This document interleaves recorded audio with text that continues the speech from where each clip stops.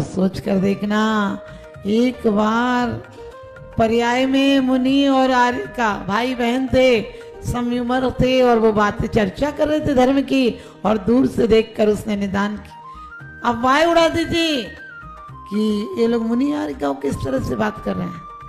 और वो कर्म जो बंध गया, बाद में घर घर जाकर प्रायश्चित किया, व्रत किए, उपवास किए, दीक्षा ले, उसके बाद भी कर्म नहीं कटे। हम हंस हंस कर कर्म बांध लेते हैं, हंस हंस कर बांधे गए कर्म रो रो कर भोगना पड़ता है, और हाथों से लगाई गांठें दांतों से खोलना पड़ता है।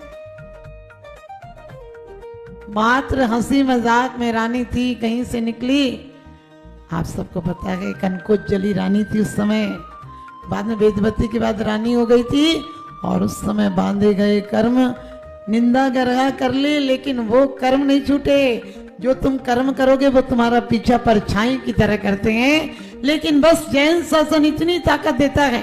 हम भगवान से नहीं कहते तुम मेरे कर्मों को नष्ट कर देना, हम कहते हैं कर्मों को सहन शक्ति देना, शांति से भोग सके। ना चाहूं मैं स्वर्ग संपदा, नरकों से नहीं डरता हूं, किंतु नरक में जाने जैसे काम कभी नहीं करता।